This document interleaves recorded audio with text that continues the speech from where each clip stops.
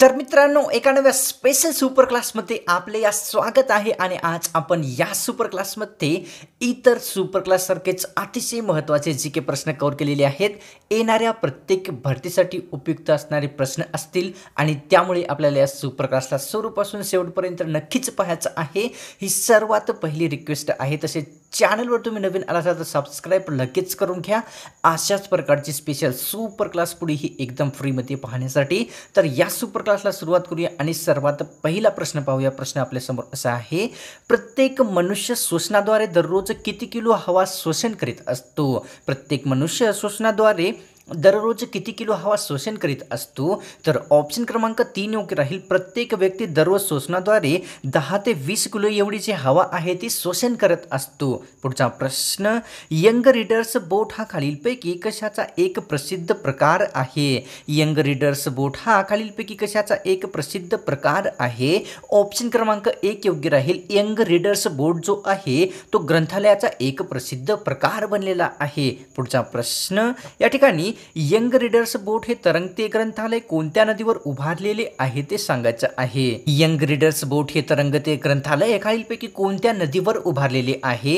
Option क्रमांक मित्रांनो 2 योग्य राहील. हुबळी नदीवर जे आहे यंग रीडर्स बोट हे तरंगते ग्रंथालय एक उभारण्यात आलेले आहे. पुढचा प्रश्न, दाढी झाल्यावर लोशन जे लावले जाते त्यामध्ये काय मिसळलेले असते ते सांगायचं आहे. मित्रांनो, दाढी झाल्यावर लोशन लावले जाते त्यामध्ये काय मिसळलेले असते? तर ऑप्शन क्रमांक 4 योग्य राहील. ज्यावेळेस दाढी होते आणि त्यानंतर जे लोशन लावले जाते त्यामध्ये अल्कोहोल एक मिसळलेले असते. पुढचा प्रश्न, महाराष्ट्रातील पहिली सैनिक शाळा कोणत्या जिल्ह्यामध्ये सुरू करण्यात आलेली आहे? महाराष्ट्रातील पहिली सैनिक शाळा ही कोणत्या जिल्ह्यामध्ये सुरू करण्यात आलेली आहे? ऑप्शन क्रमांक 2 योग्य राहील. महाराष्ट्रातील सातारा हा जो जिल्हा आहे या जिल्ह्यामध्ये महाराष्ट्रातील सर्वात पहिली सैनिकी शाळा एक सुरू करण्यात आलेली आहे. पुढचा प्रश्न पाहूया.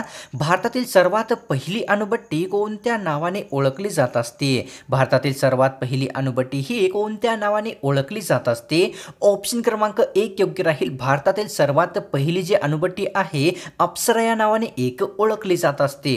पुढचा प्रश्न, UPSC परीक्षेच्या अध्यक्षाचा कालावधी एकूण किती वर्षाचा असतो? UPSC परीक्षेच्या अध्यक्षाचा कालावधी हा एकूण किती वर्षाचा असतो? ऑप्शन क्रमांक 1 योग्य राहील. UPSC परीक्षेच्या अध्यक्षाचा जो कालावधी आहे 5 वर्षाचा एक निर्धारित केलेला आहे. पुढचा प्रश्न, केंद्र सूचीचा समावेश भारतीय राज्यघटनेतील कोणत्या परिशिष्टामध्ये केलेला आहे? केंद्र सूचीचा समावेश हा भारतीय राज्यघटनेतील कोणत्या परिशिष्टामध्ये करण्यात आलेला आहे? ऑप्शन क्रमांक 3 योग्य राहील. परिशिष्ट 7वे परिशिष्टामध्ये केंद्र सूचीचा एक समावेश करण्यात आलेला आहे. पुढचा प्रश्न पाहूया. डॉक्टर बाबासाहेब आंबेडकर यांचा जन्म कोणत्या ठिकाणी झालेला आहे? डॉक्टर बाबासाहेब आंबेडकर यांचा जन्म हा खालीलपैकी कोणत्या ठिकाणी झालेला आहे? आणि या सोप्याशा प्रश्नाचं उत्तर मित्रांनो आपल्याला कॉमेंट करून नक्की सांगायचं आहे. एक क्वेश्चन्स मी आपल्याला रोजच्या सुपर क्लास सारखा विचारलेला आहे. उत्तर येत असेल तर नक्कीच कॉमेंट करा, कारण ज्यांनाही उत्तर माहीत नसेल तसे तर सर्वांनाच माहीत असेल, परंतु ज्यांनाही माहीत नसेल ते विद्यार्थी कॉमेंट सेक्शनला व्हिजिट करून नक्कीच पाहतील जर आपण उत्तर दिले तर त्यामुळे नक्कीच कॉमेंट करा. पाहूया पुढचा प्रश्न काय आहे. संविधानसभेची एकूण किती अधिवेशने झाली होती? संविधानसभेची एकूण किती अधिवेशने भरवण्यात आली होती किंवा झालेली होती? ऑप्शन क्रमांक 3 योग्य राहील. मित्रांनो, संविधानसभेची एकूण 11 अधिवेशने एक भरवण्यात आलेली होती. पुढचा प्रश्न, राणीची विहीर किती रुपयाच्या नोटीवर छापण्यात आलेली आहे? राणीची विहीर ही किती रुपयाच्या नोटीवर एक छापण्यात आलेली आहे? ऑप्शन क्रमांक 1 योग्य राहील. 100 रुपयाच्या जो नोटवर आहे मित्रांनो राणीची विहीर एक छापण्यात आलेली आहे. पुढचा प्रश्न, मंगळयानाचे चित्र किती रुपयाच्या नोटेवर छापण्यात आलेले आहे? मंगळयानाचे चित्र हे किती रुपयाच्या नोटेवर एक छापण्यात आलेले आहे? ऑप्शन क्रमांक मित्रांनो 4 योग्य राहील. 2000 रुपयाच्या नोटेवर जे आहे मंगळयानाचे चित्र एक छापण्यात आलेले आहे. पुढचा प्रश्न, हंटर आयोगाची स्थापना कोणत्या वर्षी करण्यात आलेली होती? हंटर आयोगाची स्थापना ही खालीलपैकी कोणत्या वर्षी करण्यात आलेली आहे? ऑप्शन क्रमांक 2 योग्य राहील. 1882 हे जे वर्ष आहे या वर्षामध्ये प्रसिद्ध असलेल्या हंटर आयोगाची एक स्थापना करण्यात आलेली आहे. पुढचा प्रश्न, नवजवान सभेची स्थापना खालीलपैकी कोणत्या व्यक्तींनी केलेली आहे ते सांगायचं आहे. मित्रांनो, नवजवान सभेची स्थापना ही खालीलपैकी कोणत्या एका व्यक्तींनी केलेली आहे? ऑप्शन क्रमांक 1 योग्य राहील. भगतसिंग यांनी जे आहे प्रसिद्ध असलेल्या नवजवान सभेची एक स्थापना केलेली होती. पुढचा प्रश्न, या ठिकाणी लिंगमळा प्रसिद्ध धबधबा महाराष्ट्रातील कोणत्या जिल्ह्यामध्ये स्थित आहे? लिंगमळा प्रसिद्ध धबधबा महाराष्ट्रातील कोणत्या जिल्ह्यामध्ये स्थित आहे? ऑप्शन क्रमांक 2 योग्य राहील. महाराष्ट्रातील सातारा हा जो जिल्हा आहे या जिल्ह्यामध्ये लिंगमळा हा प्रसिद्ध धबधबा एक स्थित झालेला आहे. पुढचा प्रश्न, चनकापूर हे प्रसिद्ध धरण महाराष्ट्रातील कोणत्या जिल्ह्यामध्ये स्थित आहे? चनकापूर हे प्रसिद्ध धरण महाराष्ट्रातील कोणत्या जिल्ह्यात स्थित आहे? ऑप्शन क्रमांक 1 योग्य राहील. चनकापूर हे जे प्रसिद्ध धरण आहे महाराष्ट्रातील नाशिक या जिल्ह्यामध्ये एक स्थित झालेले आहे. पुढचा प्रश्न पाहूया. या ठिकाणी गुलशनाबाद हे महाराष्ट्रातील कोणत्या जिल्ह्याचे पूर्वीचे नाव आहे ते सांगायचं आहे. गुलशनाबाद हे महाराष्ट्रातील कोणत्या जिल्ह्याचे एक पूर्वीचे नाव आहे? ऑप्शन क्रमांक 1 योग्य राहील. महाराष्ट्रातील नाशिक हा जो जिल्हा आहे या जिल्ह्याचे गुलशनाबाद असे एक पूर्वीचे नाव ठेवलेले होते. पुढचा प्रश्न, नीरा ही प्रसिद्ध नदी खालीलपैकी कोणत्या नदीची उपनदी आहे? नीरा ही प्रसिद्ध नदी खालीलपैकी कोणत्या नदीची प्रसिद्ध उपनदी आहे? ऑप्शन क्रमांक 2 योग्य राहील मित्रांनो. नीरा ही जी प्रसिद्ध नदी आहे ती भीमा नदीची एक प्रसिद्ध उपनदी बनलेली आहे. पुढचा प्रश्न, घटक राज्याच्या कायदेमंडळाचे वरिष्ठ सभागृह खालीलपैकी कोणते आहे ते सांगायचं आहे मित्रांनो.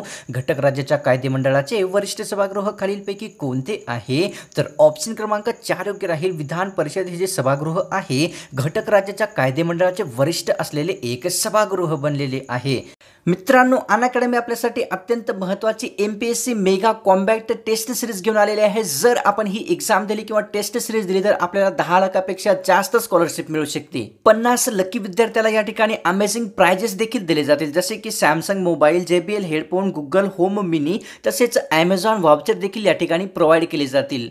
जर आपण रँक 1 ते 3 मध्ये आल्या तर या ठिकाणी आपल्याला 100% स्कॉलरशिप मिळू शकते. जर आपण रँक 2 ते 10 मध्ये आल्या तर 75% स्कॉलरशिप मिळू शकते. तसेच आपण 11 ते 50 या रँकमध्ये आल्या तर 50% पेक्षा जास्त स्कॉलरशिप आपल्याला मिळू शकते. आणि शेवटी म्हणजे मित्रांनो, आपण 51 ते 150 च्या रँकमध्ये आला तर 25% स्कॉलरशिप आपल्याला अनअकॅडमीत देऊ शकते. आणि मित्रांनो, या टेस्ट सिरीजमध्ये 60 क्वेश्चन्स आपल्याला विचारले जातील. 60 मिनिटाचा टाइम असेल आणि ही जी टेस्ट सिरीज आहे 23 जानेवारीला 10 वाजता सकाळी होणार आहे. मित्रांनो, आपण जर या टेस्ट सिरीज मध्ये एनरोल करू इच्छित असाल तर याचा लिंक आपल्याला या व्हिडिओच्या डिस्क्रिप्शन मध्ये दिलेला आहे. आपण जर एनरोल करत असाल तर exam10 हा कोड जरूर यूज करायचा आहे, ज्यामध्ये अनअकॅडमी आपल्याला 10% डिस्काउंट लगेच देईल.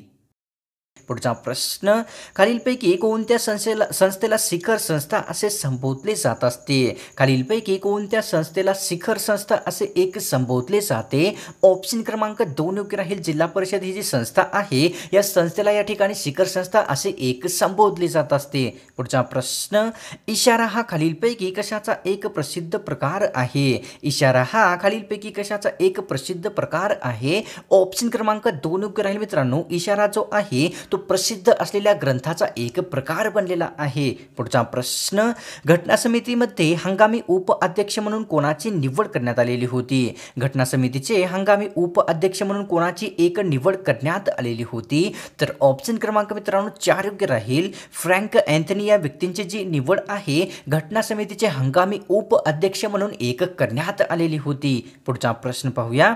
महाराष्ट्र राज्याचा राज्यवृक्ष म्हणून कोणता वृक्ष ओळखला जात असतो? महाराष्ट्र राज्याचा राज्यवृक्ष म्हणून कोणता वृक्ष एक ओळखला जात असतो? ऑप्शन क्रमांक 1 योग्य राहील. महाराष्ट्र राज्याचा राज्यवृक्ष म्हणून आंबा या वृक्षाला एक ओळखले जात असते.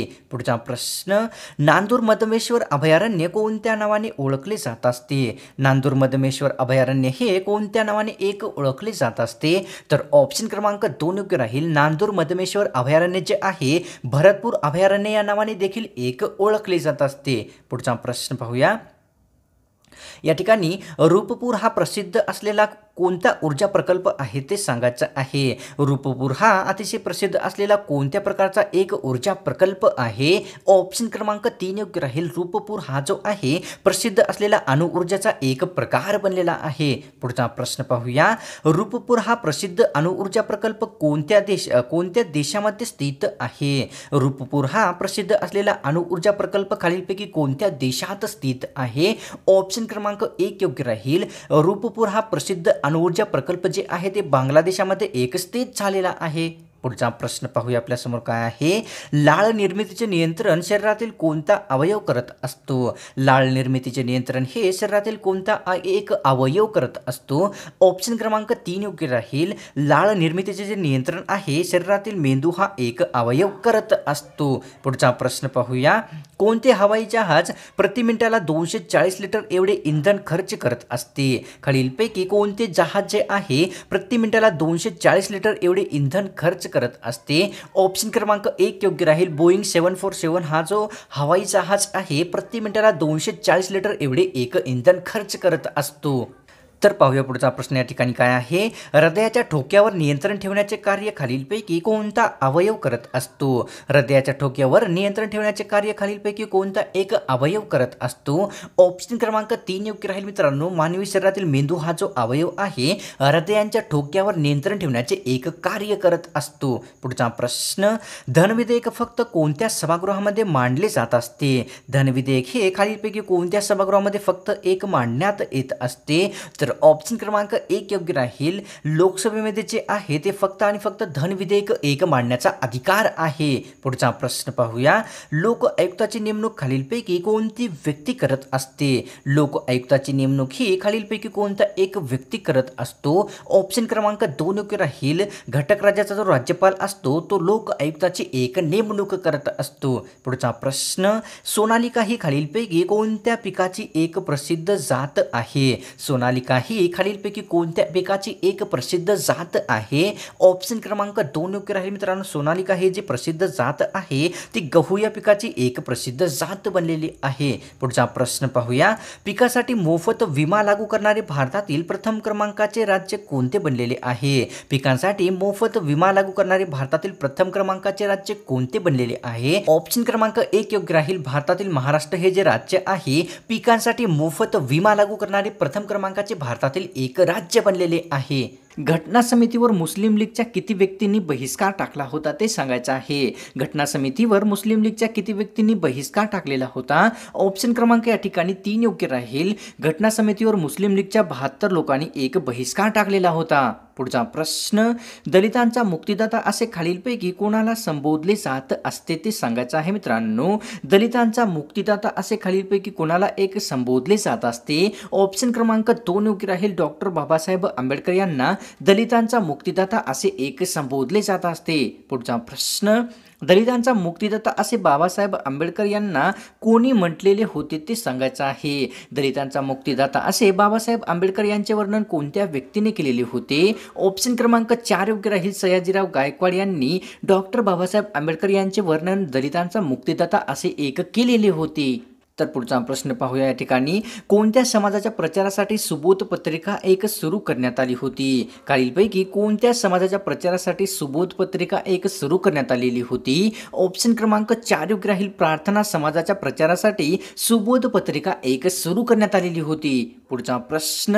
या ठिकाणी असलमेंढा हे तळे महाराष्ट्रातील कोणत्या जिल्ह्यामध्ये स्थित आहे? असलमेंढा हे तळे महाराष्ट्रातील कोणत्या जिल्ह्यामध्ये स्थित आहे? ऑप्शन क्रमांक 2 योग्य राहील. महाराष्ट्रातील चंद्रपूर या जिल्ह्यामध्ये असलमेंढा तळ्याची एक स्थापना करण्यात आलेली आहे. पुढचा प्रश्न.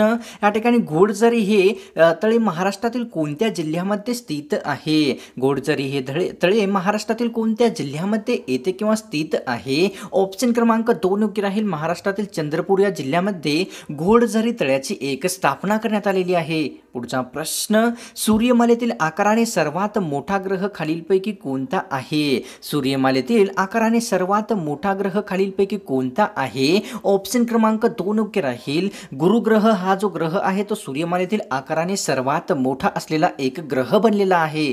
पुढचा प्रश्न.